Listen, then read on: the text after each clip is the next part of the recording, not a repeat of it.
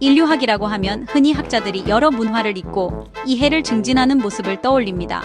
하지만 이런 이미지 뒤에는 어두운 기원이 숨어 있습니다. 이 학문은 순수한 호기심에서 태어난 것이 아니라 제국의 필요, 특히 새로 정복한 민족을 어떻게 통치할 것인가 하는 문제에서 비롯되었습니다. 초기 인류학자들은 식민 권력의 대리인이었고 그들의 연구는 지배를 위한 청사진을 제공했습니다. 인류학을 이해하려면 지식이 어떻게 권력에 의해 형성되고 무기화될 수 있는지를 알아야 합니다. 이러한 식민주의적 시작의 그림자는 오늘날 누가 누구의 이야기를 할 수 있는지를 여전히 결정하고 있습니다. 질서 유지와 이윤 확대를 위해 이국 땅에 파견된 영국 행정관을 상상해 보세요. 무력으로 통치하는 것은 비용이 많이 들었기에 현지 관습을 이해하는 것이 필수적이었습니다. 식민 관리, 선교사, 군인들은 결혼, 의례, 지도력 등 모든 것을 기록했는데 이는 다양성을 찬양하기 위함이 아니라 통제하기 위함이었습니다. 이 초기 보고서들은 감상이 아닌 정보였습니다. 인류학은 인간의 차이를 기념하는 것이 아니라 제국을 효율적으로 만드는 도구로 등장했습니다. 이들의 호기심은 실용적이었습니다. 어떻게 통치하고 세금을 걷고 반란을 막을까?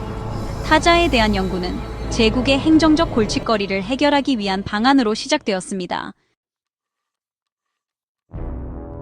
식민지 데이터가 쏟아져 들어오자 유럽 학자들은 사회를 분류하기 위한 틀을 만들었습니다. 프레이저나 타일러와 같은 안락의자 인류학자들은 간접적인 보고서에서 거창한 이론을 구축하며 자신들의 사회를 계층의 정점에 놓았습니다. 그들의 작업은 식민 통치에 과학적인 외피를 씌웠고 현지 지식을 지배를 위한 도구로 변질시켰습니다. 왕립인류학협회와 같은 기관들은 제국의 이익에 봉사하며 번성했습니다.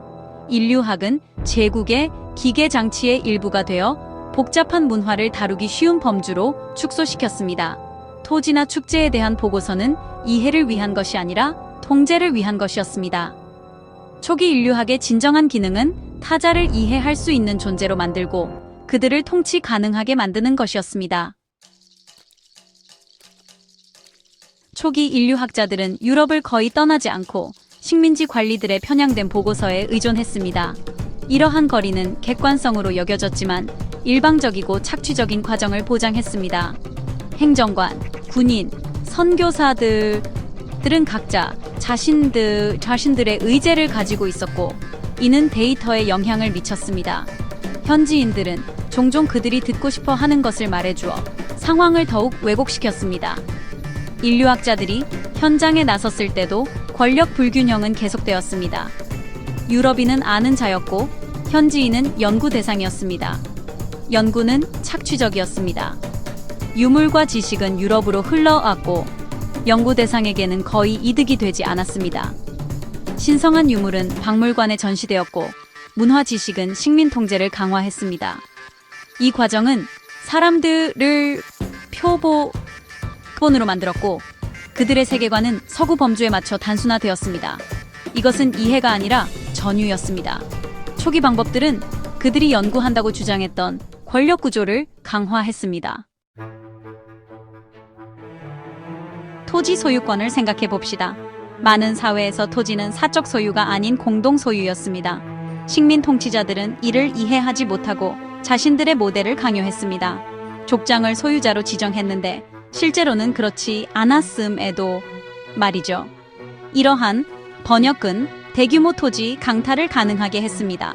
공동 토지는 정착민이나 회사의 사유지가 되었습니다.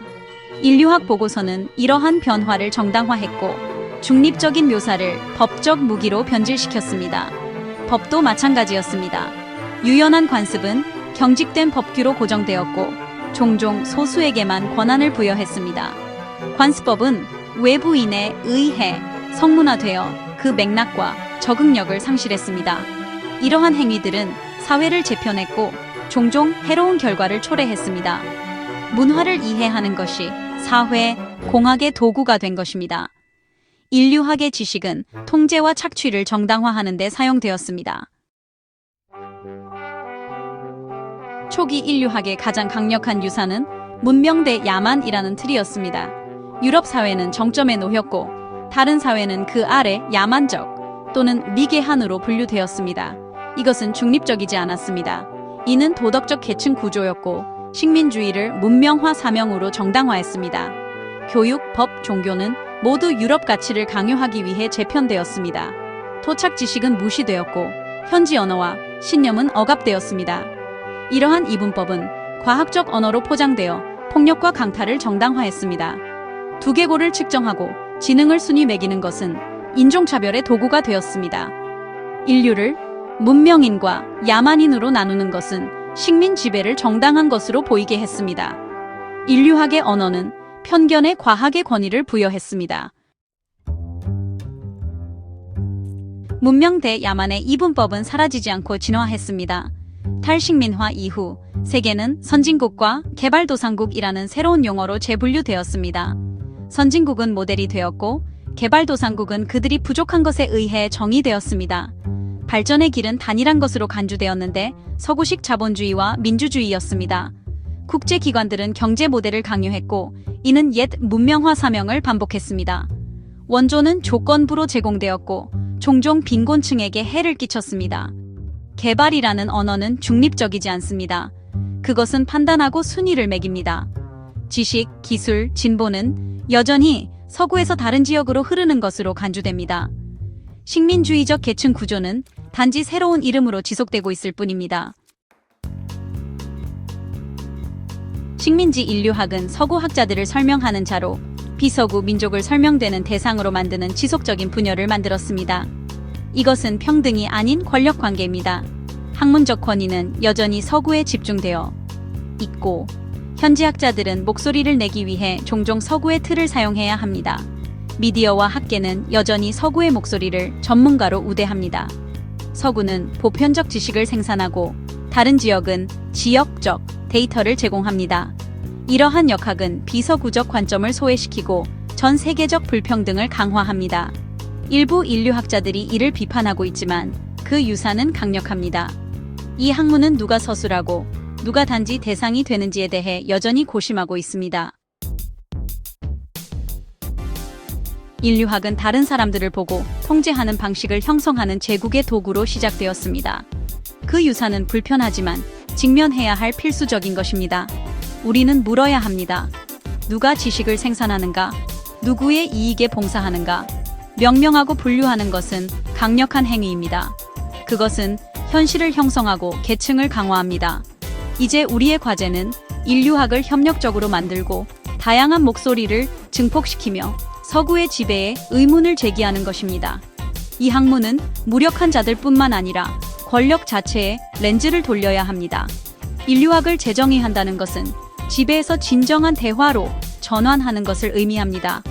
오직 과거를 직시함으로써만 인류학은 더 정의로운 미래를 건설하는 데 기여할 수 있습니다.